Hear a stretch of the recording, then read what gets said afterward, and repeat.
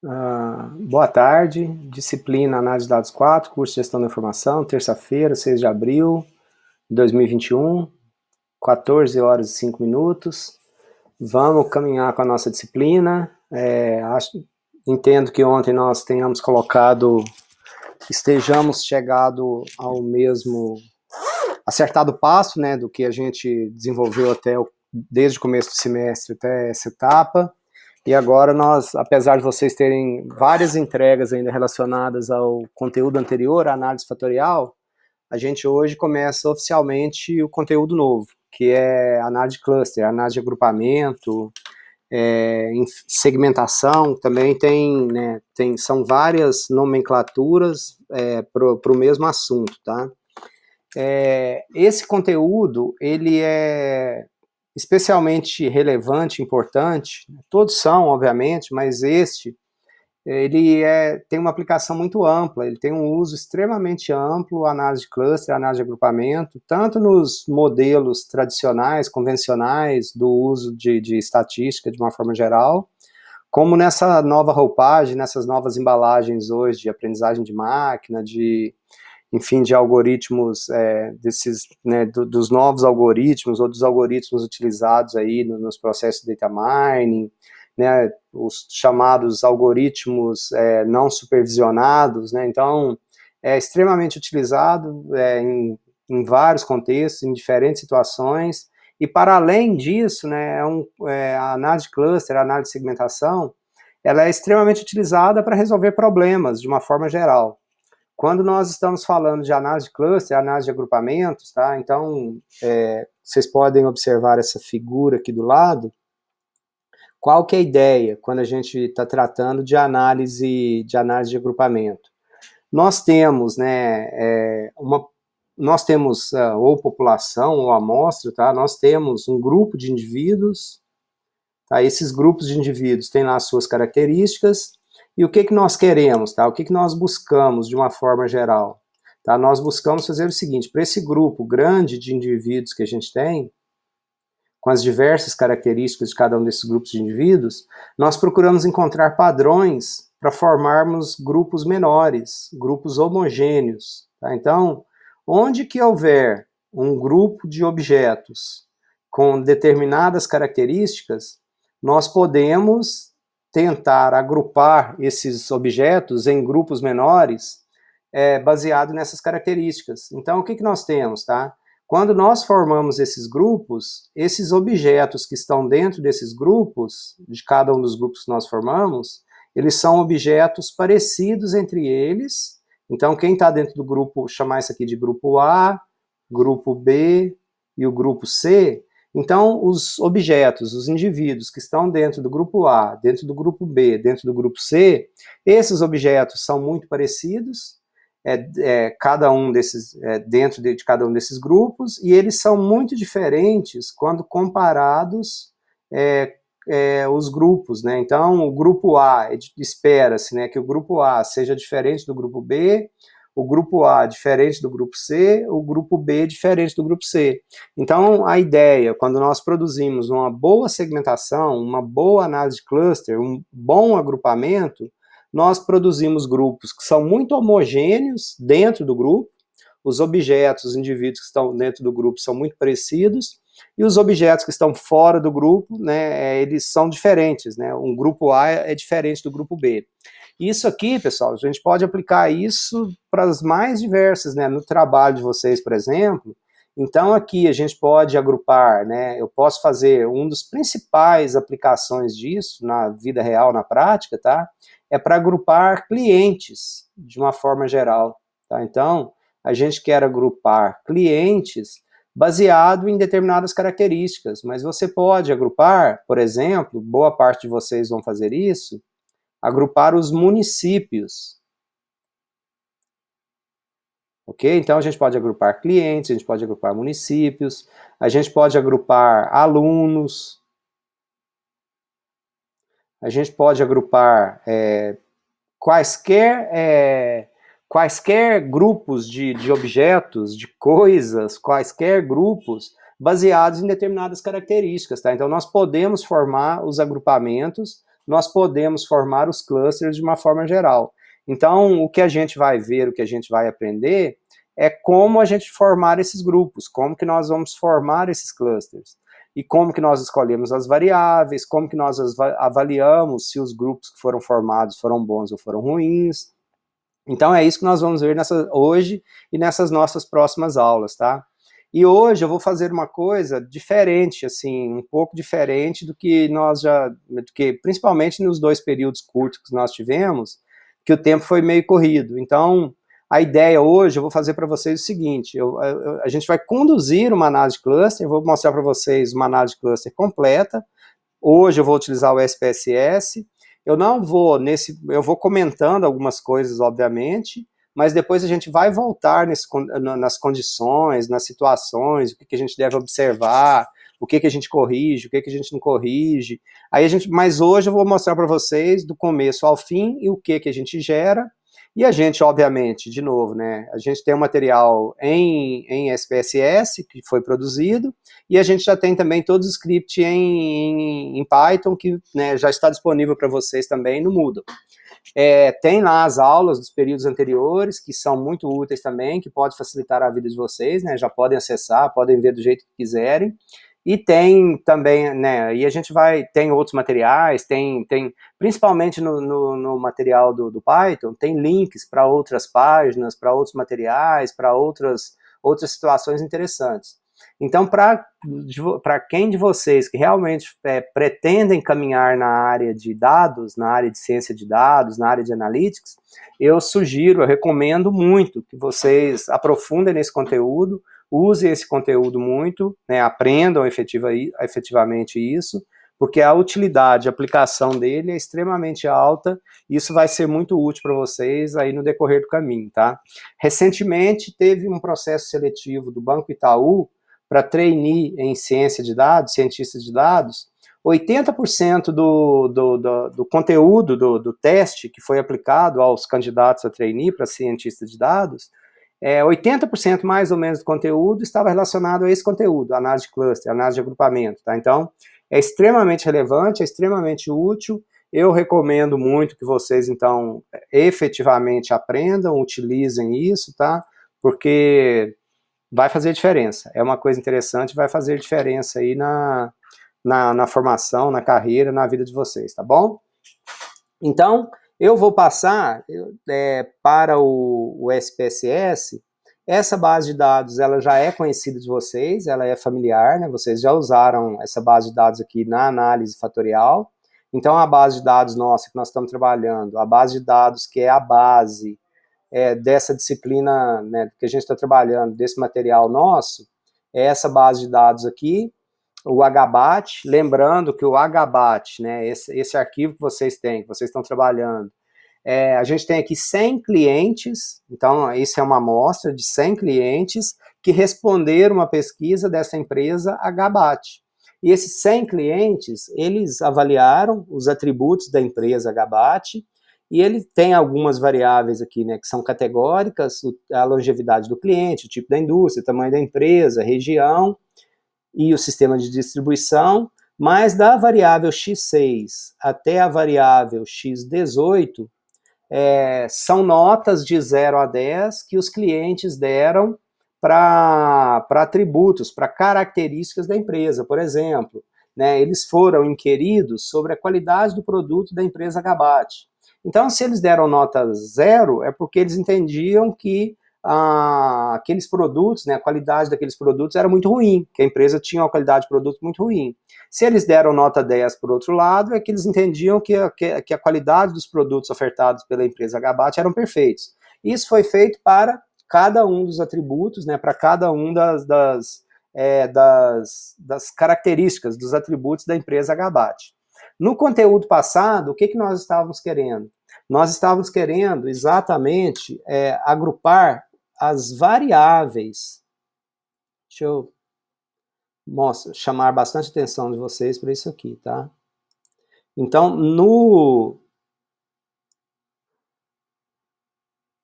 O que nós fizemos no conteúdo passado, pessoal? Então, nós tínhamos as variáveis, então a gente tinha lá, né, na análise fatorial, e vocês estão tendo a oportunidade de tratar isso no trabalho que vocês estão fazendo. Então, a gente tinha as variáveis x6, x7, x8, x9, 10, até a variável x18, que é a qualidade do produto, atividades de e-commerce, suporte técnico. Então, na análise fatorial, nós estávamos formando fatores, agrupando as variáveis. Como que cada uma dessas variáveis se agrupam para formarem os fatores. Tá? Então, isso nós vimos a análise fatorial. Agora, na análise de cluster, não, a gente usa as variáveis, mas nós não estamos agrupando mais variáveis. Nós estamos usando as variáveis para agrupar o quê? Nós estamos usando as variáveis para agrupar agora os casos. Olha aqui que a gente tem, olha. Então, agora aqui, olha, a gente tem aqui o indivíduo, nesse caso aqui, por exemplo, olha, o indivíduo 75, o 76, o 77, 78, e cada um deles avaliaram as características dessa empresa. Então, eles deram a nota para X6, para X7, para X8, para X9. Então, o que nós queremos agora? Nós queremos, tá? Nós procuramos, nós queremos agrupar os indivíduos. Então, por exemplo, 81 se juntou com 85, se juntou com 89, e esses três indivíduos formaram um grupo. Por que eles formariam um grupo? Porque, baseado nas variáveis que nós estamos utilizando para agrupar, para segmentar, o comportamento dos três, nesse caso, nesse exemplo hipotético nosso aqui, foi muito parecido. Então, baseado nas características, né, por exemplo, o Paulo, ele vai trabalhar lá com a base de municípios e ele está utilizando a produção de café e mais alguns indicadores municipais, por exemplo, né? Então, quando o resultado da análise de agrupamento dele é que daqueles 1.000 e tralalás municípios, né, do estado de Minas, Rio de Janeiro, São Paulo e Espírito Santo, que ele for agrupar, a gente vai formar ali alguns grupos, 4 grupos, 5 grupos. Então vai ter um grupo que a produção de café é alta, vai ter um grupo que a produção de café é média, vai ter grupo que a produção de café é baixa. Então nós vamos formar grupos homogêneos, tá? Então baseado nas variáveis que nós estivermos utilizando para fazer os nossos agrupamentos. Então é mais ou menos isso, né, a ideia. Vou produzir hoje, então, nessa aula nossa, uma análise de agrupamento completa, e aí depois a gente vai tratando dos fundamentos, de tudo que se fizer necessário, tá? Para também, como é mais visual e para facilitar o entendimento, nós vamos fazer, então, a nossa análise fatorial, a nossa análise de cluster, no SPSS, mas, de novo, a gente tem o conteúdo em SPSS e tem o conteúdo em Python também, tá? Então, essa aqui é a nossa base de dados. O que a gente tem? Nós temos 100 indivíduos, tá? Então, a gente tem aqui 100 indivíduos nessa amostra nossa. Para quem está trabalhando com os municípios de Minas Gerais, tem 850. Para quem está trabalhando com os municípios do Sudeste, tem 1.000 e tantos municípios. Então, nós temos os objetos e nós queremos formar grupo com esses objetos. Então, essa base de dados nossa, né, essa base de dados aqui, que tem 100 objetos, essa base de dados nossa, que tem 100 objetos, tem 100 indivíduos, tem 100 observações, então, olha só, a gente tem do indivíduo, né, começando lá de cima, a gente tem do indivíduo 1, o 2, o 75 até o 100. Então, o que nós queremos fazer? Essa base de dados nossa tem 100 observações, tem 100 indivíduos. Nós queremos agrupar essa base de dados nossa e, em um extremo, a gente poderia ter um grupo só, tá? Então, em um extremo, a gente poderia ter um grupo, e no outro extremo, nós poderíamos ter 100 grupos. Como assim? Se todo mundo for muito parecido, se a nossa base for muito homogênea, todo mundo irá se juntar e irá formar apenas um grupo. Então, juntou e formou apenas um grupo. Muitas vezes isso é de utilidade nenhuma, porque se nós estamos procurando criar grupos, criar segmentos, e eu formei no final das contas só um grupo, nós estamos utilizando variáveis adequadas à segmentação, faz sentido a segmentação que nós estamos utilizando, e do outro lado, né, nós poderíamos ter nessa situação, nós poderíamos ter 100 grupos. O que significaria ter 100 grupos? Que ninguém se agrupou, ninguém se juntou, todo mundo é muito diferente, e cada um dos indivíduos é um grupo, formou um grupo. Então, em um extremo, nós temos todo mundo se juntou e formou um grupo. No outro extremo, nós temos que ninguém se agrupou, ninguém se juntou, e cada um dos objetos, cada um dos indivíduos, acabaram ficando isolados, e aí a gente fala que cada um dos objetos formou um grupo individual. Então, na nossa análise de cluster, nós não queremos nenhuma das duas situações. Nós procuramos alguma situação intermediária, né? Mas qual situação intermediária? 2 grupos? 3, 5, 10? Aí depende de algumas situações, depende de alguns critérios. A gente tem algumas regras para definir quantidade de grupos, e isso a gente vai tratar aí no decorrer da nossa disciplina também. Mas então, para a gente caminhar e para eu mostrar para vocês aqui o que a gente está produzindo, tá? Então a gente tem, a princípio, né? Em princípio, nós temos 100 observações e nós queremos reduzir essas 100 observações, né? Nós queremos agrupar em grupos menores. Então, quando a gente está fazendo análise de cluster, existem outras técnicas, tá? Mas o que a gente está tratando aqui o que a gente vai tratar aqui nesse conteúdo, a gente precisa das variáveis métricas. Nós iremos utilizar para fazer a nossa análise de cluster variáveis numéricas, variáveis métricas. Tem outras técnicas que utilizam variáveis também, variáveis categóricas, nominais, por exemplo, árvore de decisão. Tem os algoritmos do Q-quadrado, do Scheid, tem alguns algoritmos. A árvore de decisão, dependendo do algoritmo que a gente for utilizar, a gente pode trabalhar com variáveis não métricas. Mas isso que a gente está vendo aqui, o que a gente vai ver nesse conteúdo, as variáveis de segmentação precisam ser variáveis métricas, tá? Então, nesse contexto aqui, as variáveis precisam ser variáveis métricas. E aí tem uma coisa que a gente precisa observar, é o seguinte, aqui no caso não precisaria muito, tá? Mas quando a gente está agrupando, uma das condições que a gente precisa ter é que as variáveis, elas tenham a mesma escala, que elas estejam na mesma escala de medida. Às vezes, por exemplo, vocês, na base de dados de vocês, né, então, vou trabalhar com a base da cafeicultura e do IDH, por exemplo, que o Paulo está trabalhando. Então, ele tem uma variável lá, por exemplo, que é a área plantada, ou a área de produção, ou a quantidade produzida em arrobas, por exemplo, ou em sacas. Então, isso pode variar muito dependendo da produção do município e tal. E o IDH é uma outra variável que ele vai utilizar na base dele, e essa variável varia de 0 a 1. Né? 0 o IDH é muito ruim, 1 IDH é excepcional. Então ele tem uma variável que a amplitude dela, a variação é de 0 a 1, e ele tem uma outra que pode ser de 0 a 1000, milhares, milhões, então depende do que a gente estiver trabalhando. Então, uma condição para nós trabalharmos com esses algoritmos, tá, é que as variáveis estejam na mesma escala de medida. Então, como que a gente faz? Normalmente, a gente transforma as variáveis, nós padronizamos as variáveis. E tem um exercício que está no Moodle para vocês fazerem, que inclusive é assim, para a gente praticar, aprender, entender como que é essa padronização de variáveis. Então, a gente vai utilizar, tanto no SPSS quanto no Python, a gente vai utilizar a segmentação em 2 etapas, tá? Então, a gente vai fazer uma segmentação hierárquica e depois nós vamos fazer uma segmentação não hierárquica. Então, a gente vai explicando, vai mostrando isso também.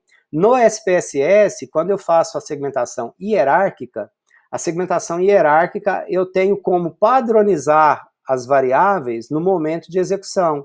Mas quando eu for fazer a não hierárquica, eu não tenho condição de padronizar no momento de execução. Então é importante que as variáveis já estejam padronizadas. Então, por exemplo, tá, eu vou mostrar para vocês que no SPSS, a opção para a gente fazer análise, para rodar, para a gente processar uma análise de cluster, né, ela se dá aqui, né, a gente tem a opção, então, analisar, e dentro de analisar, a gente tem aqui, olha só, classificar. Então, em classificar, a gente tem aqui algumas opções. A gente tem o cluster hierárquico, esse cluster hierárquico aqui, olha só, é a primeira etapa que a gente vai fazer, tá? Então, o cluster hierárquico é o modelo de funcionamento que eu vou mostrar para vocês, computacionalmente é um modelo caro.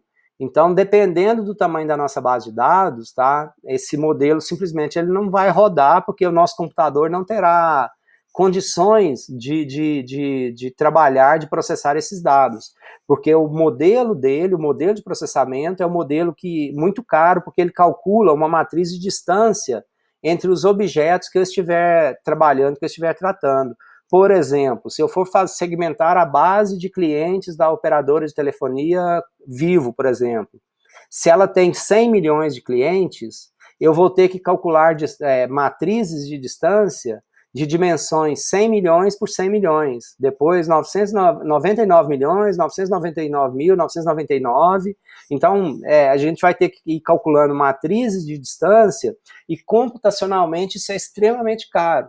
Então, os modelos, né, o cluster hierárquico, a recomendação é que nós trabalhemos com bases pequenas, com amostras pequenas, tá? E depois, para a gente, né, então a gente vai fazer isso em 2 etapas, vamos fazer primeiro o cluster hierárquico e depois nós vamos fazer o cluster de K-médias. A gente pode fazer essas 2 coisas independentes, tá? Eu não preciso fazer um e fazer o outro, mas normalmente é uma boa prática a gente fazer primeiro o cluster hierárquico.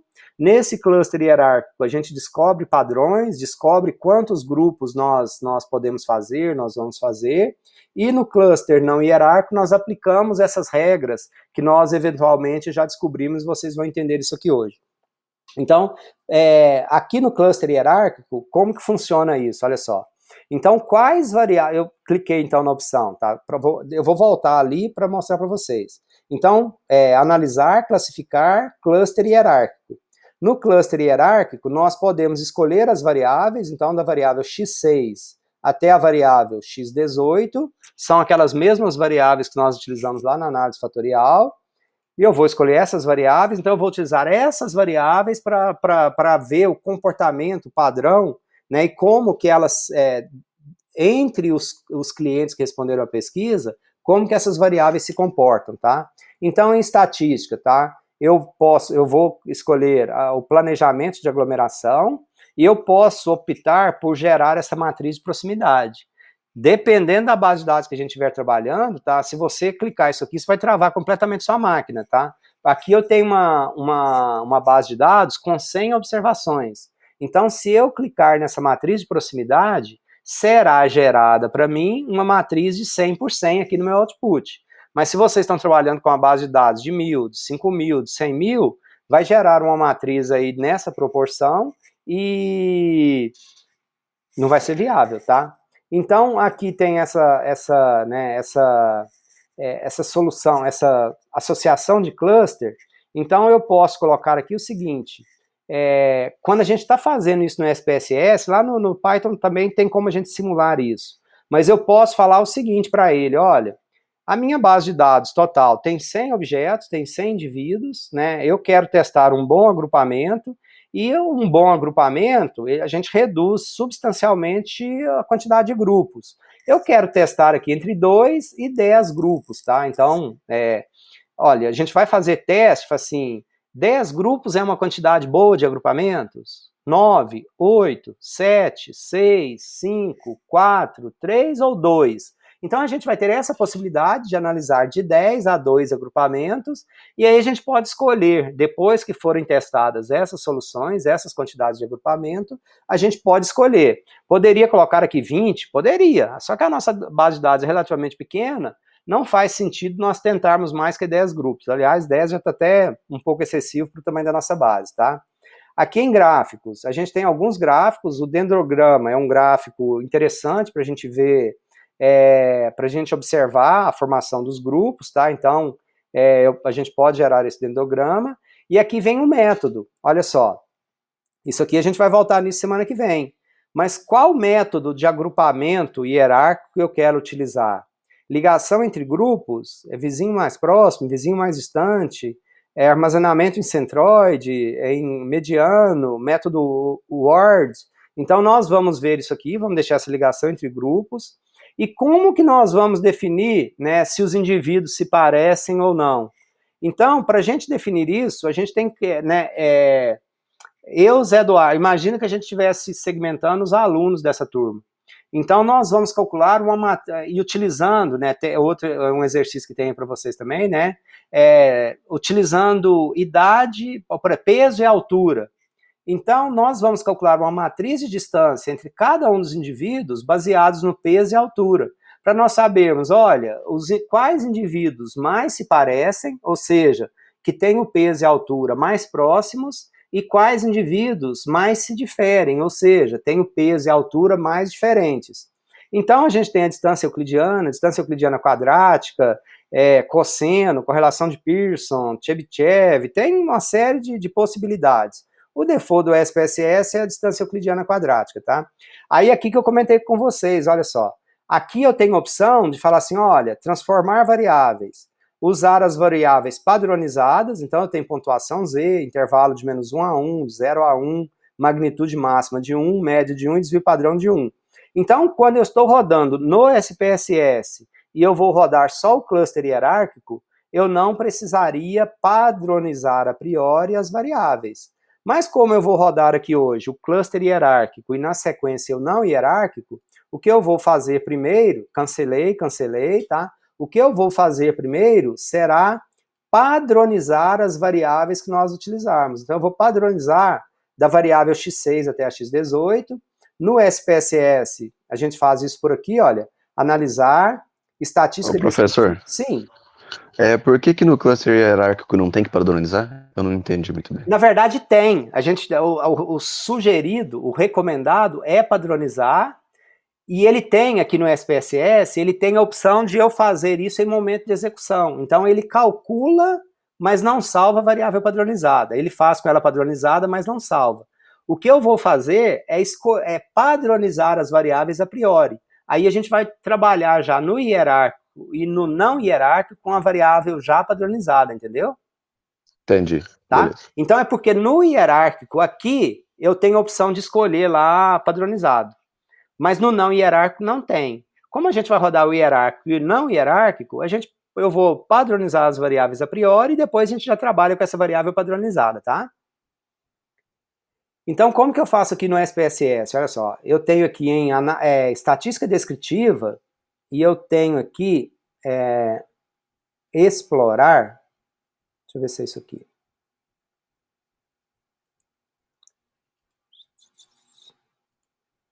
Não é este. Analisar, estatística descritiva, descritivo. Isso aqui, olha só. Então, de novo, né, eu vou padronizar essas variáveis, da x6, x7 até x18, eu vou criar outras variáveis. Essas variáveis vão ficar aqui, né, elas são variáveis que variam de 0 a 10. 0, o indivíduo deu uma nota muito ruim para o atributo, 10, ele deu uma nota muito boa, e eu vou criar outras variáveis no score padrão Z. Variáveis no score padrão Z, elas estarão padronizadas com média igual a 0 e desvio padrão igual a 1. Então, eu vou criar outras variáveis a partir dessas aqui, tá? Analisar, estatística descritiva, descritivo, vou escolher as variáveis da x6 até a x18, selecionei essas variáveis, e não estou interessado exatamente na análise não, tá? Eu vou marcar essa opção aqui, olha, salvar valores padronizados como variáveis. Então, eu estou calculando o score padrão Z para cada uma dessas variáveis.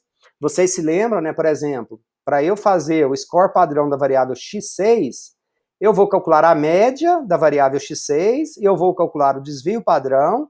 Então, o score padrão, né, Z desse indivíduo número 1 vai ser o 8,5 menos a média da variável x6 dividido pelo desvio padrão da variável x6. Aí eu terei um valor padronizado para esse indivíduo, para esse primeiro indivíduo aqui, tá?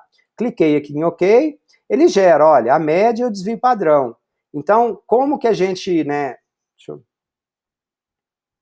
como que a gente calcula o desvio padrão, tá? Então, a gente tem essa situação aqui, olha só. O indivíduo, o primeiro indivíduo, né, o indivíduo 1 para a variável x6, a nota dele é 8,5. Então, isso aqui é só para relembrar para vocês, tá? Então, como que a gente calcula o Z? Né? O que a gente vai fazer aqui é calcular o Z. Então, o Z é igual à média, né, o X médio, desculpa, é igual o Z, é igual ao valor,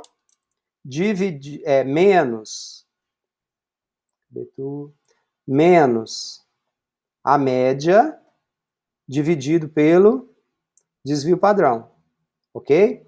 Então, o que nós temos aqui? Olha, o Z, para aquele primeiro indivíduo, qual que é o valor da X6 dele, tá? X6 dele é 8,6, é isso, né?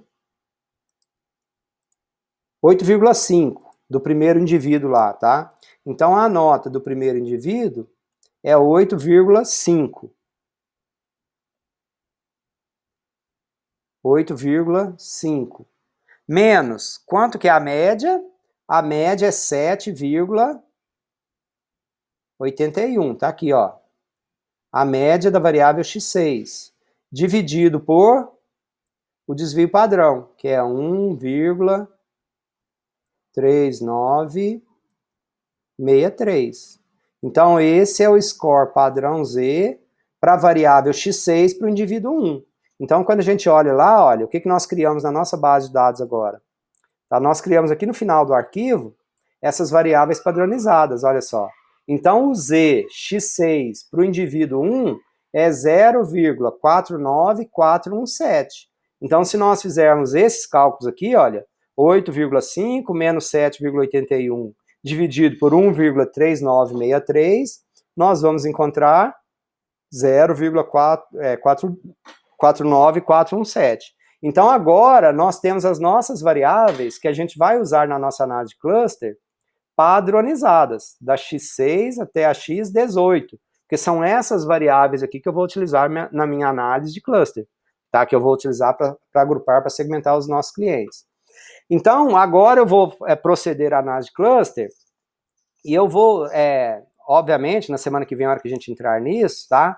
A gente vai colocar uma série de situações para nós nos atentarmos, para nós prestarmos atenção. Hoje eu vou mencionar, mas não vou exatamente entrar nos detalhes, não, tá?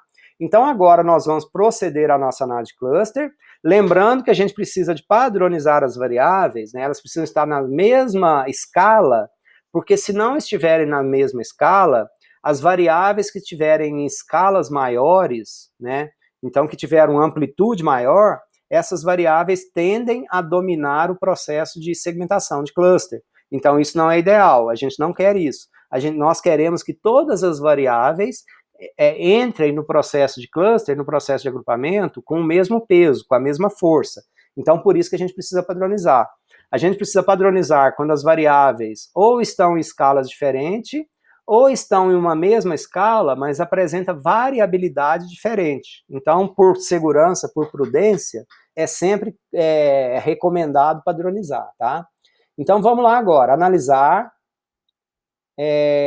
classificar, cluster hierárquico. Então, agora, ao invés de usar a variável na escala original, eu vou usar a escala padronizada, da x6 até a variável x18. Tá? Selecionei as variáveis, eu quero aqui o planejamento de aglomeração, mas não quero gerar essa matriz de proximidade, ele iria gerar para mim aqui uma matriz 100%, tá? Eu quero intervalos de solução, eu quero testar entre 2 e 10 agrupamentos, então esse número mínimo de clusters, 2, depois eu vou fazer 3, 4, 5, 6, então de 2 a 10. Continuar, gerar o gráfico aqui, o dendrograma, continuar, o método, eu vou deixar a ligação entre grupos, distância euclidiana, agora em transformar valores, aqui padronizar, eu vou utilizar nenhum, porque eu já estou trabalhando com as variáveis padronizadas, então eu não preciso padronizar, porque elas já estão padronizadas, tá? Mas se eu estivesse fazendo com as variáveis sem padronizar, eu poderia escolher aqui trabalhar com elas padronizadas. Só que nesse algoritmo do SPSS, ele ia fazer o uso das variáveis padronizadas, mas não salvaria na minha base de dados as variáveis padronizadas. Continuar, e eu vou salvar na minha base de dados, né, esse intervalo de solução, que também é de 2 a 10.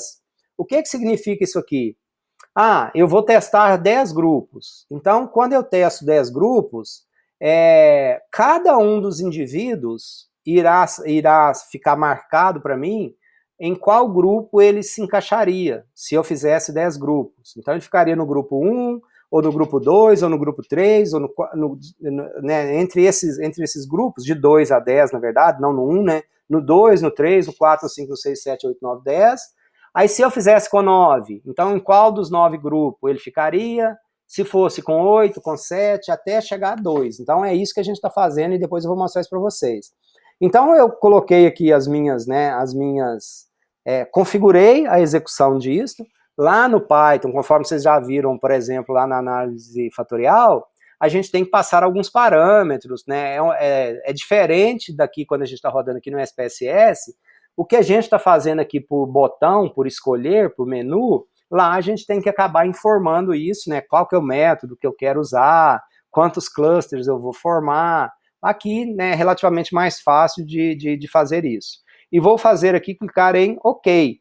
Então, o que a gente está fazendo, né? Eu estou pegando uma base de dados que tem 100 observações, tem 100 objetos, vou agrupar, vou testar entre 2 e 10 agrupamentos, estou escolhendo o método que eu quero, né?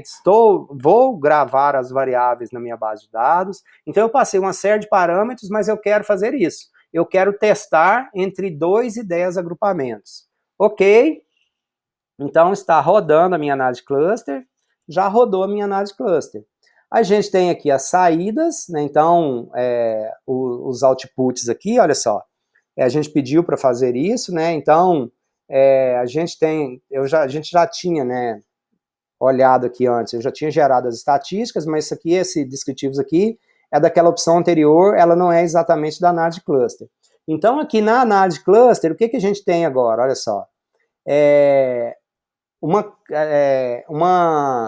Uma saída, né, a mais importante na análise cluster, para efeitos de análise do que a gente está fazendo, é esse planejamento da aglomeração. Então, esse planejamento da aglomeração, aqui no SPSS sai essa tabelinha bonitinha, lá no Python a gente meio que printa essa tabela, a gente faz alguns comandos lá, né? No script de vocês já está tudo pronto, mas para gerar uma matriz parecida com essa. Então, olha o que é esse planejamento de aglomeração, tá? A gente tem, na nossa base de dados, nós temos 100 observações, tá? E nessas 100 observações, né, então, no estágio 0, cada um dos indivíduos, ele é um grupo individual. Então, se nessa base de dados eu tenho 100 observações, no estágio 0, eu tenho 100 grupos. Então, como que os algoritmos hierárquicos, eles funcionam? E nesse caso aqui, o aglomerativo, né? Nós partimos desses 100 grupos no estágio 0, e a ideia é que a gente vai agrupando, então nós vamos agrupando, juntando, até que no final das contas nós tenhamos todo mundo em um grupo só. Então a gente começou com a situação máxima, se a minha base de dados tem 100 observações, então eu tinha 100 clusters, 100 grupos, 100 agrupamentos no estágio 0, depois lá no último estágio, eu vou ter então um grupo só. Então quantos estágios eu tenho aqui? Olha só, eu tenho 99 estágios, tá? Que é o N, que é o tamanho da amostra que eu estiver trabalhando, menos 1. Então, porque eu agrupo cada um objeto por vez. Cada uma observação, ela é agrupada em cada um dos estágios. Então, nós calculamos uma matriz de distância, uma matriz de parecência, que nós utilizamos a distância euclidiana quadrática, e quando nós fizemos isso, tá? O indivíduo 2 e o 45 foram os dois indivíduos que mais deram as respostas desses dois indivíduos para a variável x6, x7, x8 até a x18 foram as respostas mais parecidas. Tá? Então, a distância, né, o coeficiente de distância entre esses dois indivíduos foi de 0,754. Então, no estágio 1, juntou o indivíduo 2 com o indivíduo 45. Então, agora, nós não temos mais 100 grupos. Após o estágio 1, nós temos 99 grupos, porque o indivíduo 2 e o 45 agora eles já formam um grupo só, tá? Então, no estágio 2, juntou o indivíduo 5 com 82. No 3, o 8 com 70. No 4, o 2 com 52. Mas como o 2 com 52? O 2 já não havia juntado com 45? É que agora juntou o 2, o 45 e o 52. Então, no SPSS, ele já dá essas dicas para a gente. A leitura é ligeiramente diferente lá no Python, a gente vai mostrar isso lá. Mas olha assim, os primeiros que se juntaram foi o 2 e o 45. O coeficiente deles, a distância, era de 0,754. Então, ele tinha aparecido antes, o 2? Não, o cluster 1 dele é 0. O 45 tinha aparecido antes? Não, o cluster 2 dele é 0. Qual o próximo estágio que eles vão aparecer? Eles vão aparecer no estágio 4. Então, aqui no estágio 4, olha só, aí juntou, então, aparece o 2, mas o 2 agora não é só o 2, é o 2 e o 45. E eles se juntam com o 52. Aí eu tenho, olha só, o cluster do grupo 2. Em qual estágio ele apareceu anteriormente? Ele apareceu anteriormente no estágio 1. E o 52 é 0, porque é a primeira vez que ele aparece. Onde que eles aparecerão de novo? Lá no estágio 15. A hora que eu venho no estágio 15, aparece aqui o 2, olha só. Mas o 2 agora é o 2, o 45 e o 52.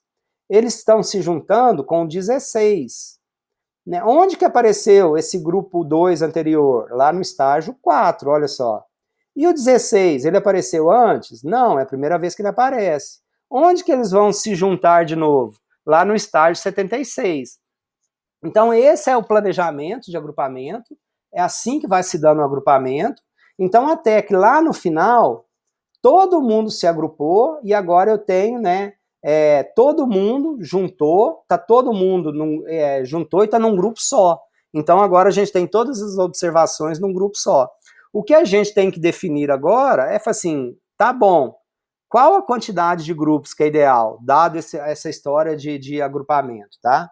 Então, tem essa informação, associação ao cluster aqui, ela é pouco útil, esse ISCAL vertical, e esse dendrograma, tá? Depois a gente vai aprender a ler ele também, mas esse dendrograma é esse planejamento da aglomeração aqui, olha, é esse indicador aqui, olha, esse coeficiente, a gente pode ter o dendrograma na horizontal ou na vertical. Se ele tiver na horizontal, né, esse desenho horizontal, aqui no eixo Y nós teremos os casos, os indivíduos, e no eixo X nós teremos a distância. Se ele tiver invertido, no eixo X eu tenho os casos, e no eixo Y nós teremos aquele coeficiente, aquela distância, tá? Então, gerou isso aqui, depois a gente vai ver como que a gente analisa isso direitinho, mas aqui na minha base de dados agora, tá uma coisa interessante, olha só. Então, aqui nós criamos a variável cluster 10, cluster 9, 8, 7, 6, 5, 4, 3 e o 2. Então, nós vamos ver o seguinte, tá? Olha, se eu tiver 10 grupos, esse indivíduo 1, ele vai ficar no grupo 1. O indivíduo 2 no grupo 2. O 3 no grupo 2. O 4 no grupo 1. O 5 no grupo 2. O 6 no grupo 3. E assim, cada um dos 100 indivíduos, eles serão colocados no grupo, né, no grupo 1, 2, 3, 4, 5. Então, qual grupo ele será colocado, tá? Para 9 grupos, para 8, para 7, para 6, para 5, para 4, para 3 e para 2. Então, olha o que acontece. O indivíduo, o primeiro indivíduo, ele vai ficar no grupo 1 sempre. O segundo indivíduo, ele está no grupo 2, 2, 2, mas se forem 4 agrupamentos depois, né, o que estava no grupo 2, ele vai para o grupo 1. Tá? Então, vai haver alguma mudança. O que nós vamos ver agora, então, ó, analisar estatística descritiva, frequência, o SPSS, né, gerou essas variáveis. Eu quero ver o seguinte, olha só. Aqui eu tenho o seguinte, se nós gerarmos 10 grupos, né, se a gente gerar 10 grupos, então o grupo 1 vai ter 27 indivíduos, o grupo 2, 38, o 3, 2, o 4, 2, o 5, 16, o 6, 3, o 7, 1, o 8, 1, o 9, 7, o 10, 2. E se for 9, o que acontece se nós gerarmos 9 grupos? Olha só, o 1 continua com 27, o 2 continua com 38, o 3 com 2, o 4 com 3, o 5 com 16, o 6, ele tem 5 observações. Então, olha o que é o 6. O 6 tinha 3 no estágio anterior e o 10 tinha 2. Então, na verdade, o 6 e o 10 se juntaram, porque continua o 7, o 8 e o 9. Ó, continua 1, 1 e o 7. Então, de 9 grupos, de 10 grupos para 8 grupos, o grupo que anteriormente era rotulado como grupo 6 e o grupo que era rotulado como grupo 10, eles se juntaram. Então, com 9 grupos a gente estava analisando, com 8, quais grupos se juntaram? Olha, 27, 38, 2, 3, aí o que era 16, que era o grupo 5, e o que era o grupo 6, que tinha 5 indivíduos, esses dois grupos também se juntaram, e agora eles têm 21 indivíduos. Então a gente vai fazendo assim, até nós chegarmos, por exemplo, com 2 grupos, com 3 grupos, com 4 grupos. Aqui eu já adianto para vocês, olha, que tem algum problema na nossa segmentação.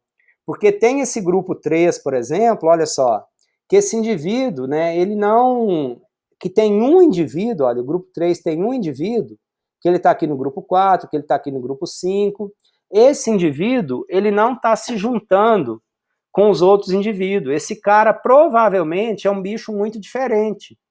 Ele pode ser um outlier, considerando que o outlier sejam dados errados, ou ele tem opinião realmente muito diferente dos demais indivíduos. Tá? Então ele deu opiniões muito diferentes, e o vetor de variáveis dele, o vetor de notas que ele deu para cada uma das variáveis, é muito diferente dos demais. Então, na semana que vem, a hora que a gente for tratar, a gente vai ter que vir e pegar e falar assim, olha, esse cara aqui, ele, né, a gente vai ter que excluir ele da nossa análise, porque ele está dificultando a formação de grupos. Então, ele sozinho, ele pode formar um grupo isolado, se for o caso, se não for erro, se não for problema.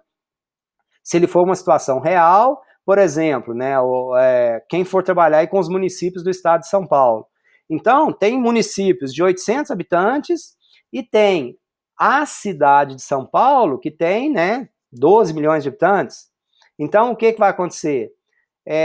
São Paulo, a cidade de São Paulo vai ser um outlier. Se a gente deixar a cidade de São Paulo e se a população for uma das variáveis analisadas, fatalmente esse indivíduo que não se agrupou teria sido, por exemplo, a cidade de São Paulo. Então, esses outliers, eles dificultam muito a formação de grupos, tá? Mas a gente não vai tratar isso aqui hoje, tá? Na semana que vem, sim, a gente vai tratar, a hora que a gente for começar a observar essas situações, a gente vai assumir que tudo bem. Mas eu não sei ainda qual que é a minha situação ideal para a formação de grupos, quantos grupos eu formaria. Então, uma boa dica, né, a gente usa esse planejamento de aglomeração. Eu vou copiar esse planejamento de aglomeração e vou analisar esse planejamento no Excel. Eu copiei ele, colei aqui. Então, a gente tem do estágio 1 até o estágio 99. Eu sei que no estágio 99, no último estágio, todo mundo se agrupou e formou um grupo só. Então, eu sei que aqui tem um grupo. Eu sei que aqui tinham 2 grupos. Aqui tinha 3 e assim sucessivamente, né? Então, o que eu quero? Olha só.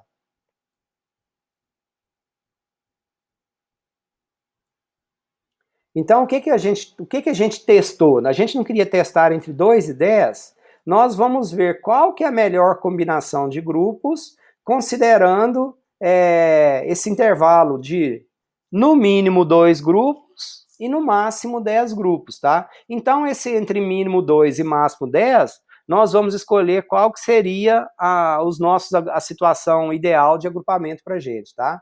E a gente tem uma fórmula aqui, olha, que a gente vai calcular o incremento de heterogeneidade, ou seja, eu vou olhar esse coeficiente aqui, olha, esse coeficiente que ele determina esse incremento de heterogeneidade dentro do grupo, e eu vou utilizar esse incremento para eu decidir quantos grupos poderiam ser formados, tá? Então eu vou usar uma fórmula aqui, olha, essa fórmula minha ela vai fazer o seguinte, eu vou pegar a heterogeneidade do grupo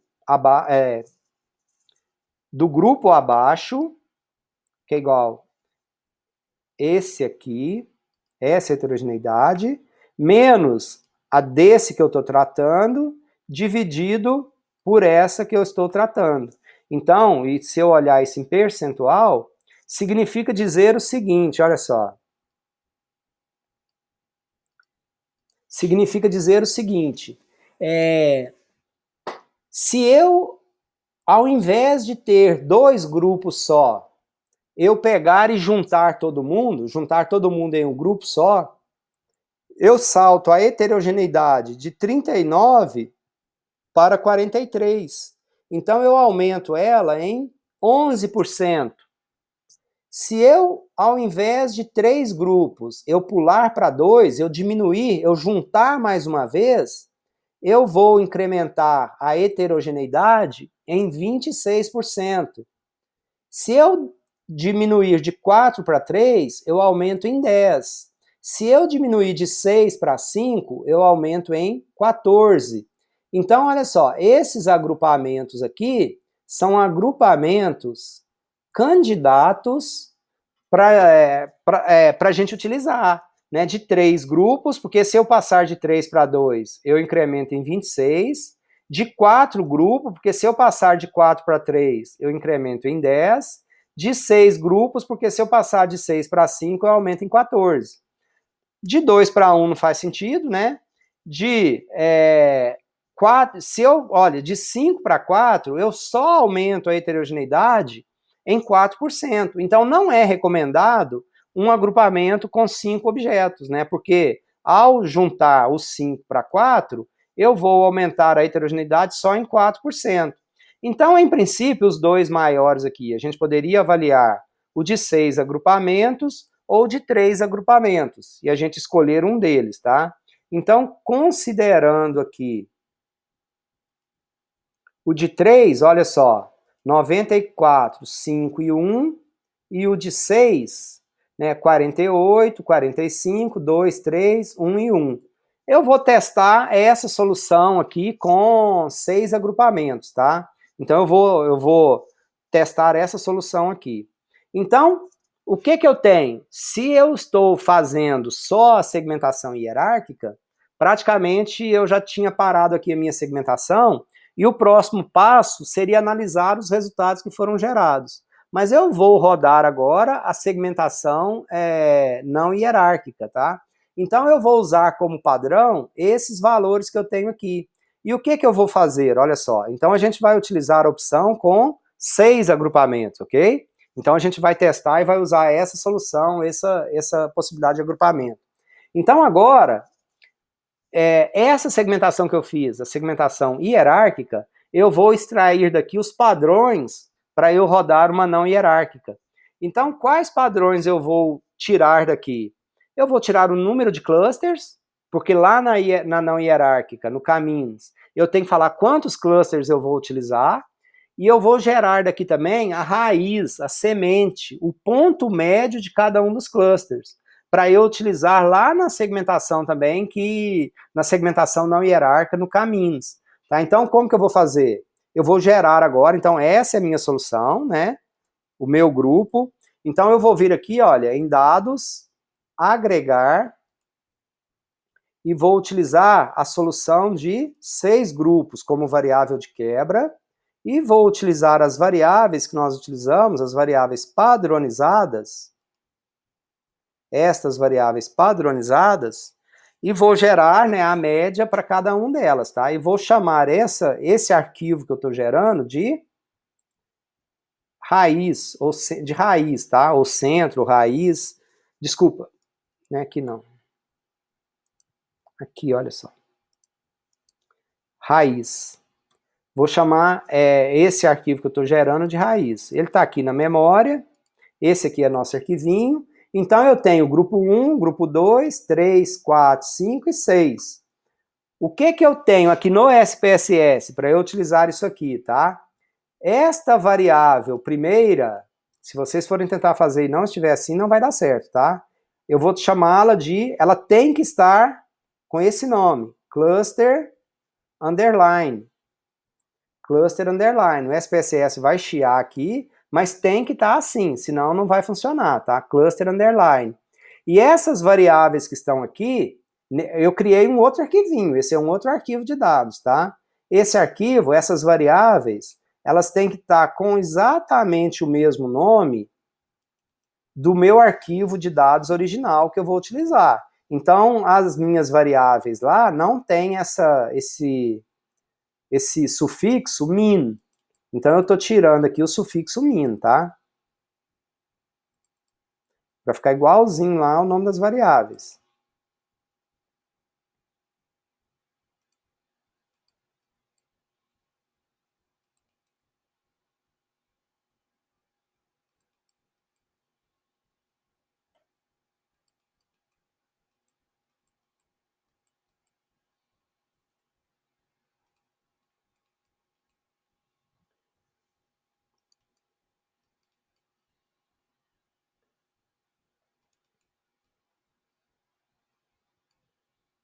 O que significa isso? Olha, pessoal. Então, aqui estão os nossos dados. No cluster 1, o que nós vimos no cluster 1? Olha só, nós vimos que no cluster 1, com essa solução de 6 agrupamentos, no cluster 1 tem 48 indivíduos. No cluster 2, 45, no 3 tem 2, no 4 tem 3, no 5 tem 1 e no 6 tem 1.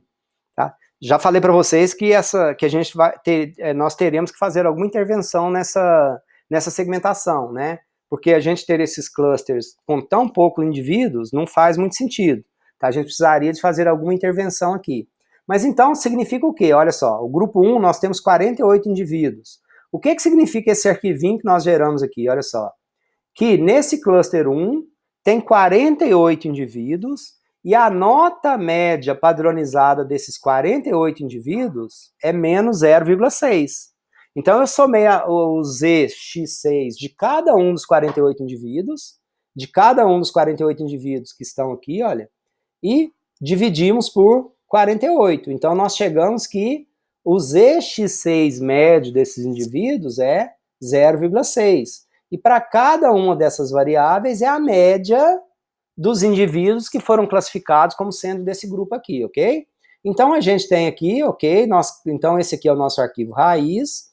E agora nós vamos fazer uma análise hierárquica. Então, nós voltamos aqui no nosso arquivo HBAT e nós vamos de novo em analisar, classificar, só que agora eu quero o cluster de K médias. Então, nós vamos utilizar aqui agora o cluster de K médias.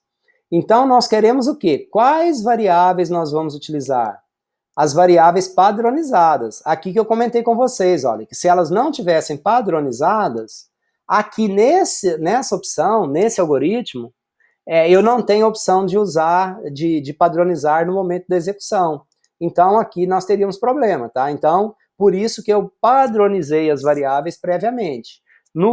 Na opção do cluster hierárquico, eu não precisaria ter feito isso a priori, porque na opção do algoritmo é possível fazer, mas aqui eu tive que fazer, né? Se eu não tivesse feito aqui, eu não conseguiria fazer. Aí eu vou falar para ele o seguinte, olha, quantos clusters eu quero? Olha, eu vi lá no cluster hierárquico que a nossa opção, a nossa escolha, seriam por 6 clusters. Nós decidimos isso lá, acabamos de decidir isso na opção anterior. E quais são os centros dos clusters? Né? Eu poderia, se eu não selecionar essa opção, o que o algoritmo do SPSS faz? Ele pega os 6 primeiras observações, né, são 6 grupos, e cada uma dessa, a observação, o indivíduo número 1, ele vira o centro do grupo 1, o indivíduo 2 vira o centro do grupo 2, o 6 vira o centro do grupo 6. Então ele pega as 6 primeiras, no caso aqui 6, porque nós estamos falando que nós vamos formar 6 agrupamentos. Então ele pega os 6 primeiros, e esses 6 primeiros viram os centros desses grupos. Mas nós geramos um arquivo de centro baseado na opção anterior. Então, nós vamos mandar ele ler aqui, olha. Então, ele vai ler esse conjunto de dados, esse centro que nós geramos, tá? Interação, tá? Eu posso deixar esse máximo de interações 10, ok? Eu vou usar as médias em execução. O que significa isso? Nós estamos passando uma base, né? Então, eu estou passando 6 centros, 6 grupos. E como que esse algoritmo funciona? Ele funciona da seguinte forma. Agora eu vou ler uma base que, no meu caso aqui, tem 100 observações. Então, ele vai pegar a primeira linha e ele vai comparar com o grupo 1, com o grupo 2, com o grupo 3, com 4, com 5 e com 6. Aquele que ele for mais parecido, ou seja, que tiver a menor distância do vetor, ele vai rotular aquele indivíduo como sendo daquele grupo, por exemplo, grupo 1. E quando eu marco essa opção, usar a média em execução, para cada um dos indivíduos que for sendo ajustado, entrando no grupo, a média do grupo vai mudando, o centro vai mudando, o centro é dinâmico, tá? Então, olha a eficiência desse algoritmo. Se no hierárquico a gente calculava matrizes de distância, e a cada passo eu tenho que calcular uma matriz, dependendo das dimensões, dependendo do tamanho da minha base de dados, as dimensões, eu já falei para vocês que tamanho que isso pode chegar, esse algoritmo aqui, ele lê o arquivo inteiro uma única vez. Ele lê a primeira vez e compara com aquelas 6, no caso aqui com 6. Lê o segundo caso e compara com 6. Lê o terceiro e compara com 6. Então, ele lê o indivíduo, compara e enquadra. Lê o segundo, compara e enquadra. E assim sucessivamente. Então, quando eu coloco usar a média em execução, o centro do grupo vai ficando dinâmico. Se eu deixar essa opção desmarcada, o centro do grupo vai ficar sempre fixo, vai ser sempre aquela opção que nós demos no início, que nós configuramos no início. Vou mandar salvar aqui, né, qual grupo cada um dos indivíduos vai pertencer agora. A gente vai criar uma outra variável, com outro rótulo, com outro carimbo, dizendo em qual grupo o indivíduo vai ficar. Continuar, opções, eu posso gerar aqui uma tabela nova, tá? Na segunda lista de exercício que eu passei para vocês, nós não temos prova, né? Eu optei por não ter prova, mas a lista de exercício que está lá no Moodle, acho que foi a prova do último período, que, né, cada período eu procurava modificar as provas, as questões, mas eu acho que é do último período que eu apliquei prova, então aquela seria a prova da disciplina. Então é legal, mesmo que vocês façam um trabalho em conjunto, a primeira tentativa seria legal vocês tentarem sozinhos, e façam as eu vou dar nota como lista de exercício, eu não vou dar nota como prova, mas façam as autoavaliações de vocês, porque aquela seria uma prova de um semestre com atividades presenciais, tá? E lá tem uma questão da tabela nova, tá? Então eu vou gerar aqui a informação da tabela nova, continuar e ok. Então, em princípio, nós já vamos direto aqui, olha o que aconteceu agora, olha só. Nós geramos os 6 grupos, né? Nós falamos que eram 6 grupos. E o grupo 1, ele tem 18 casos, o grupo 2 tem 28 casos, o grupo 3 tem 19 casos, o grupo 4, 16, o 5, 17, e o 6 tem 2 indivíduos, 2 gaiatos. Então, esses 2 indivíduos, eles deveriam ter sido excluídos lá atrás, na análise anterior, porque eles são outliers e estão dificultando a formação de grupos, tá? Então, provavelmente, eles não deveriam estar aí. Mas, de qualquer forma, então, essa é a configuração que nós chegamos aqui. Então, a gente tem, né? Se vocês estão trabalhando lá nas empresas de vocês e segmentaram, então fala, olha, geramos os 6 segmentos, 6 grupos. Agora a gente já sabe, estou segmentando cliente, por exemplo. Então eu tenho o segmento 1, que ele tem, né, X mil clientes, tem tantos clientes. O grupo 2 tem tantos clientes. Mas isso aqui é só uma parte. A gente precisa entender se a nossa segmentação, né, ficou realmente interessante, se ela é realmente boa. Eu sei a quantidade de indivíduos que tem. Na minha base de dados agora, olha só, nós temos aqui, olha, criei uma outra variável que se chama QCL1, né, que é o QC de Quick Cluster. Então, o indivíduo 1, ele está no grupo 3, o 2 está no grupo 2, e assim sucessivamente, tá? Então, cada um dos indivíduos está classificado, está agrupado, está reunido em um dos clusters que nós formamos. Agora ficou legal, porque você criou na sua tabela de clientes, por exemplo, esse cluster, esse segmento, e os seus clientes têm nome, sobrenome, tem uma série de informações. Agora o nosso desafio é nós analisarmos, né, o perfil dos segmentos que nós geramos. Né? Os segmentos são realmente diferentes ou não? Ou nós geramos segmentos que são muito parecidos? Então, uma das primeiras coisas é a gente pegar essa saída que nós geramos, esse clusters finais, e a gente, né, levar isso lá para o Excel, por exemplo. Estou trazendo para o Excel, tá? E aqui no Excel, então a gente tem agora, para cada um dos clusters, a gente tem as variáveis ali, né? Então deixa eu ver aqui se isso vai dar certo.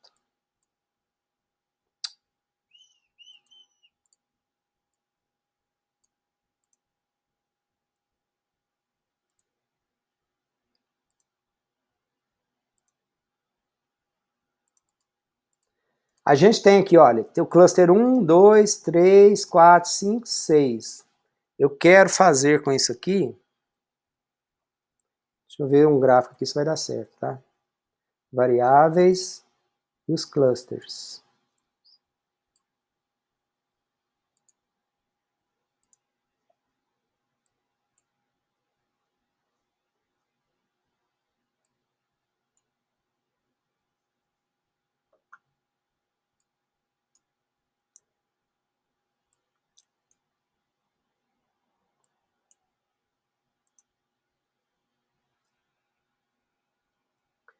Que a gente sabe, né? Eu só excluí o eixo aqui para ficar melhor. O que a gente tem aqui agora? Cada linha desta, ó, cada linha que nós geramos, tá? A média, é o centro, são os valores médios para cada um dos grupos. O que nós esperamos? Que a gente não tenha nenhuma linha sobreposta em várias variáveis. Porque linhas sobrepostas indicariam que os grupos são iguais. E se eles fossem iguais, não teria feito sentido a nossa segmentação. Por que nós teríamos segmentado para formarmos grupos que são iguais? Então, quando os grupos são iguais, eles devem ficar juntos. Então, o que a gente tem? Olha só, quando a gente pega, por exemplo, o grupo verde, tá? Então, a gente tem aqui o grupo verde, é o grupo 6. Tudo bem que ele só tem 2 indivíduos. Mas para a variável x6, né, ele tem uma nota alta, 0,67. Aí para x7 é menos 1,6. Para a variável x7, é isso, né? x7. Para a variável x... Para aqui. Ah, eu coloquei aqui também x6. Aqui é o x7, né? x6, x7, x8, x9, x10, x11. Então, cada um desses pontos da linha é a nota média dos indivíduos que pertencem àquele grupo. Então, a linha verde são os indivíduos lá do grupo 6. Olha, é um grupo bem diferente dos demais. Olha, como que é diferente na variável x7, como que esses dois deram notas ruins para a variável x7, nota ruim para a variável x8, uma nota muito boa para a resolução de reclamações, uma nota muito ruim para propaganda, uma nota muito boa para a linha de produtos, e assim ele vai zigue-zagueando. Olha só, uma nota muito boa para pedidos de faturamento. Em compensação, por exemplo, o indivíduo aqui, o amarelo, os indivíduos do grupo 4, eles deram uma nota ruim para a qualidade do produto, eles deram uma nota um pouco melhor para atividades de e-commerce, deram uma nota muito ruim para resolução de reclamações. Então, esses caras são os caras que estão meio insatisfeitos com a empresa, por exemplo. Olha só, eles deram uma nota muito ruim para pedidos e faturamento, deram uma nota muito ruim para velocidade de entrega. Então, olha como os clientes que estão nesse grupo amarelo, eles aparentam ser clientes que estão com mais problemas com a minha empresa, com essa empresa que a gente está tratando. Então a gente viu que, olha que a gente analisa os centros dos grupos, a nossa segmentação parece fazer sentido, né? E a gente já começa a descobrir alguns padrões aqui na nossa base de dados, tá? Então agora, outra coisa que a gente precisa fazer, tá? Que é normal a gente fazer, é nós analisarmos, descrevermos o perfil dos grupos que nós geramos. Então a gente tem aqui, né, os grupos, grupo 1, 2, 3, 4, 5, 6, e a gente tem várias variáveis que nós podemos analisar. Então, uma delas que nós podemos analisar é a variável X19, que é a satisfação geral dos clientes com a nossa empresa. Então, como que está a satisfação geral dos clientes com a nossa empresa? A gente pode, inclusive, fazer aqui uma nova para teste de diferença de média. Então, eu vou aqui em analisar, comparar médias. Então, eu quero saber o seguinte, eu tenho 6 grupos. Nesses 6 grupos, como que estão as notas médias em relação à satisfação geral dos clientes? Tem grupo que os clientes são mais satisfeitos, são menos, como que tá? Então, eu vou usar a nova unidirecional para fazer esse teste. As listas de variáveis dependentes, eu vou utilizar então X19, tá? E eu quero saber como fator o grupo, né? Então eu tenho 6 grupos, eu quero analisar esses 6 grupos, tá? Eu vou fazer aqui um teste post-hoc, um tuck aqui, e eu quero gerar os gráficos de média, tá? Então eu vou gerar os gráficos de média. Continuar, ok. Então o que eu tenho aqui agora? Olha só. A gente tem o seguinte, olha. Existe aqui, tá? Eu podia ter gerado também, deixa eu ver. Deixa eu gerar de novo aqui que eu... Analisar, comparar médias, a nova unidirecional, opções, estatística descritiva. O que eu gerei aqui agora? Olha só. O grupo 1, que tem 18 indivíduos, a nota média é 7.006. Do grupo 2 é 7. Do grupo 3 é 6.4. Do grupo 4 é 5. Do grupo 5 é 8. Do grupo 6 é 7. Então, quando a gente olha satisfação geral, o que a gente está querendo ver? Existe a satisfação dos indivíduos é igual entre os grupos? Ou existe grupo, cluster que nós formamos que indivíduos são mais satisfeitos ou menos satisfeitos? Então, esse foi o resultado que nós fizemos, né? A gente faz um teste de hipótese. Então, aqui a gente tem, para esse caso aqui, tá? Só para bem rapidinho aqui.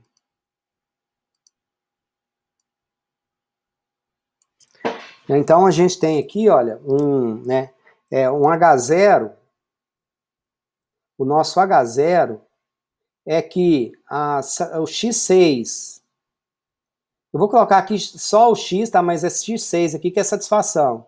O X6 do grupo 1 é igual ao X6 do grupo 2, que é igual ao do grupo 3, que é igual ao do grupo 4, que é igual ao do grupo 5, que é igual ao do grupo 6.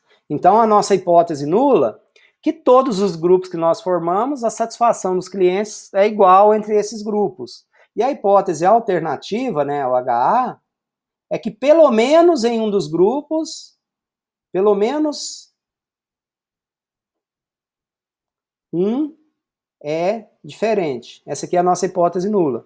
Então, quando a gente faz o nosso teste, né, o teste ANOVA para diferença de média, a gente vê um p-valor menor que 0 e a gente rejeita a hipótese nula e aceita a hipótese alternativa. Então, nós estamos afirmando que em pelo menos um dos grupos a satisfação média é diferente dos demais. Aí, quando a gente analisa isso aqui para baixo, né, aquele teste pós-hoc que eu pedi para gerar, a gente analisa isso 2 a 2, tá? Então, a gente vê, olha só, eu comparando o grupo 1 com os demais.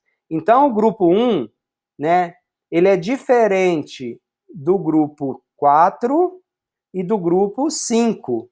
Tá? Então, quando a gente olha a média, olha só, a satisfação média do grupo 1 é 7, do grupo 4 é 5 e do grupo 5 é 8. Então, o grupo 1, né, a hora que a gente olha, a gente pode afirmar que, estatisticamente, né, eles são grupos que apresentam um nível de satisfação média maior do que o grupo 4, mas menor do que o grupo 5. E em relação ao grupo 2, ao grupo 3 e ao grupo 7, não há evidências para afirmar que a satisfação média dos clientes desses grupos são diferentes. Aí a gente compara o 2, o 3, o 4, enfim, a gente vê que então existe diferença entre as médias, né? E aqui a gente tem um gráfico dessas médias, olha só. A satisfação dos clientes do grupo 1, do grupo 2, do grupo 3, do grupo 4, do grupo 5 e do grupo 6. Então a gente observa o quê? Que os clientes do grupo 4 são os clientes menos satisfeitos, os clientes do grupo 5 são os clientes mais satisfeitos. Tá? Então, e o grupo 1 e 2, ele se difere do 5, ele se difere do 4. O grupo 3, ele se difere de alguém? Grupo 3. O grupo 3, ele só se difere do 5. Então, o grupo 3, estatisticamente, né, ele é diferente do grupo 5. Mas ele não é diferente do grupo 4, do grupo 1, do grupo 2 e nem do grupo 6.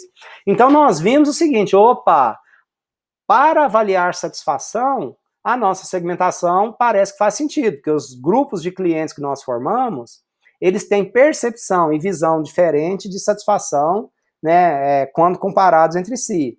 Vamos analisar isso aqui que a gente fez então, a gente analisou uma variável, a gente está analisando o perfil dos segmentos que nós formamos. A gente pode analisar com outras variáveis agora, tá? Então a gente vai analisar com tempo de relacionamento do cliente, o tipo de indústria, o porte, a localização e o tipo de entrega, tá?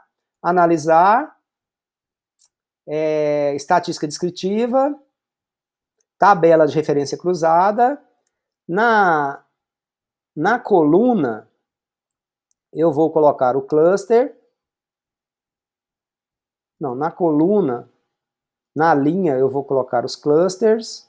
E na coluna, eu vou fazer um de cada vez, tá? Então, eu vou analisar o X1, X2, X3, X4, X5. Vou gerar um comando aqui, mas vai gerar tabelas separadas, tá? E vou gerar, né, vou só colocar aqui os percentuais, tá? Percentual na linha, na coluna e total. Continuar, ok. Então, o que a gente tem aqui? Olha só. A gente tem o seguinte, ó. A gente tem os 6 clusters, nesse caso aqui, por exemplo, olha só. Então, no cluster 1, o que a gente tem? Os clientes do cluster 1, olha o que a gente observa aqui, olha só. 83,3% dos clientes, tá aqui, olha, 83,3% dos clientes, eles, do grupo 1, eles têm entre 1 e 5 anos. Então, eles têm tempo médio de relacionamento com a empresa. Olha que a gente pega o grupo 2, 64% dos clientes, eles têm acima de 5 anos. Olha que a gente pega o grupo 3, ele está dividido entre menos de 1 ano e entre 1 e 5 anos. O grupo 4 são os clientes que têm menos de 1 ano. E não sei se vocês lembram, então 87,5% dos clientes do grupo 4, eles têm menos de 1 ano de relacionamento com a empresa. E por acaso é o grupo que tem a menor nota de satisfação. Então o que a gente começa a ver? Olha, esse grupo 1 são clientes com pouco tempo de relacionamento com a empresa e que tem um nível de satisfação baixo com a empresa, né? Então é o grupo que apresenta menor satisfação, mas são clientes que têm menos tempo de relacionamento com a empresa, eles estão muito concentrados aqui, tá? E assim a gente vai analisando. O grupo 5, tá? É o grupo com a maior satisfação média, mas 70,6% dos clientes desse grupo, eles têm mais de 5 anos de relacionamento com a empresa. Então a gente viu aqui o tempo de relacionamento, a gente já viu a satisfação, agora a gente vê aqui, olha só, principalmente no grupo 4 e no grupo 5, não aparece, tá? Então, ter diferença entre se é cliente de revista ou de jornal, tá?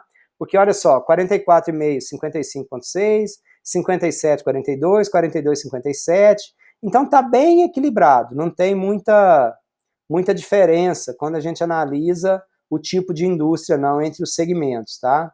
Agora, quando a gente olha o porte, 66,7% dos clientes do grupo 1, eles são clientes de grande porte, acima de 500 funcionários.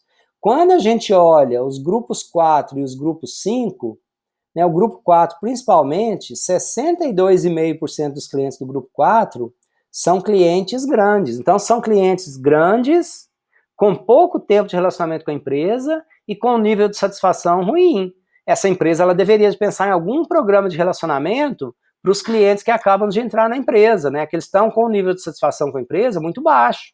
Então, a empresa precisaria estabelecer algum plano de ação para trabalhar com esses clientes, que são grande parte, né? A maioria são grandes empresas, grandes clientes, com um nível de satisfação baixo e com pouco tempo de relacionamento com a empresa. Aí aqui a gente tem se são clientes da América do Norte ou de fora da América do Norte. Grupo 4, que são os clientes mais insatisfeitos, grandes empresas, 81,3% são clientes de fora da América do Norte. Então, olha como que a segmentação ela vai nos dando caminho, ela vai nos dando diretriz, ela vai nos dando possibilidades de entender os nossos clientes. E a ideia de segmentação, vocês fizeram isso lá em marketing, né? Vocês viram, né? Lá em marketing, acho que é composto mercadológico, fundamentos de marketing, vocês devem ter visto. Um dos conteúdos que vocês viram é de segmentação. Então, qual que é a lógica da segmentação?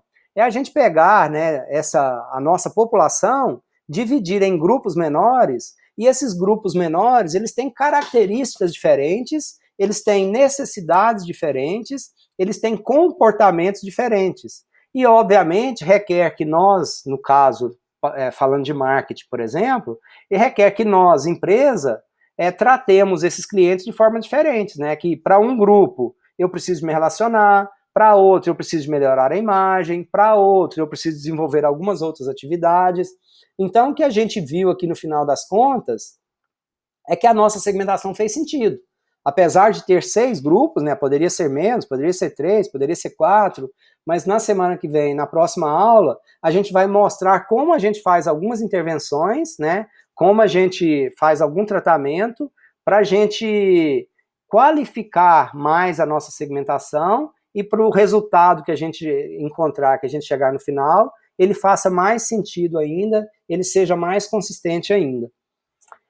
Beleza, pessoal? A ideia era dar essa noção do fim a fim, né, do que eu faço, de como que é. Então, nós passamos por isso, mostrei desde o começo qual que era o objetivo, tínhamos uma população, uma base de dados, queríamos criar grupos diferentes, grupos homogêneos, fizemos a segmentação hierárquica, utilizando lá os algoritmos aglomerativos, utilizamos os parâmetros encontrados lá, e rodamos os métodos não hierárquicos, o algoritmo caminhos, camédias. Então, a gente fez fim a fim, no final das contas, o que interessa da segmentação, sob o ponto de vista prático, são esses grupos, né, quantos clientes tem dentro de cada um dos grupos, quais são, no caso de cliente, de novo, né, para marketing, quais são as características para nós podermos tomar ações específicas para cada um dos grupos que nós estamos gerando. Para vocês que estão aqui conectados, né, entenderam a lógica, a ideia geral? Tem muito detalhe aí por trás que nós não falamos hoje, que nós vamos falar nas próximas aulas. Mas essa é a ideia geral. Entenderam a ideia geral? Tem alguma dúvida, alguma pergunta?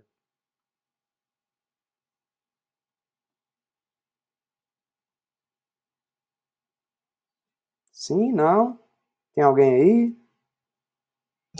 Eu tô aqui. Não, então eu acho tranquilo. Agora eu tenho que fazer para poder ver, né, Zé? Esse vai ser o desafio. Assim, hoje era uma ideia bem geral, tá? Então, é de vocês verem como que isso aconteceu na prática. nas 2 aulas da semana que vem, né, e talvez até na da outra semana também, agora a gente vai começar a explorar isso muito, tá? Mas em princípio era, porque hoje a gente praticamente eu não falei dos pressupostos, dos algoritmos, de como que funciona, a gente não entrou no detalhe, a gente deu uma explanação geral para vocês verem o todo. Mas tem muita, muita coisa aí que a gente precisa falar ainda, tá bom? Fechou. Tem que assistir a aula agora e fazer exercício, né? Aí já tem lá no Moodle, né, os links para as aulas dos períodos anteriores, então, de qualquer forma, a gente vai falar nisso, vou voltar, obviamente, né, mas vocês aí já têm agora insumos para trabalhar, tá, porque tem as aulas dos períodos anteriores, as listas de exercícios, todo o material do Python, do SPSS, já está tudo lá também no Moodle, os links, então agora é começar a trabalhar mãos à obra. De novo, não é exatamente para vocês, né? Porque vocês estão aqui. Mas me preocupa, são 2, 4, 6, 7 alunos só presentes na aula hoje, tá? Tudo bem que está ficando gravado, mas são aulas relevantes, né? É um conteúdo novo, né? Enfim, mas a turma está andando sumida da aula, mas é sinais dos tempos. Não vou sofrer muito, não. Certinho, pessoas? Beleza. Ô, Zé, eu queria te Tranquilo. perguntar, você já usou o Minitab? Porque ele é bem parecido com o SPSS. Deixa eu parar a gravação aqui que a gente conversa só um pouquinho.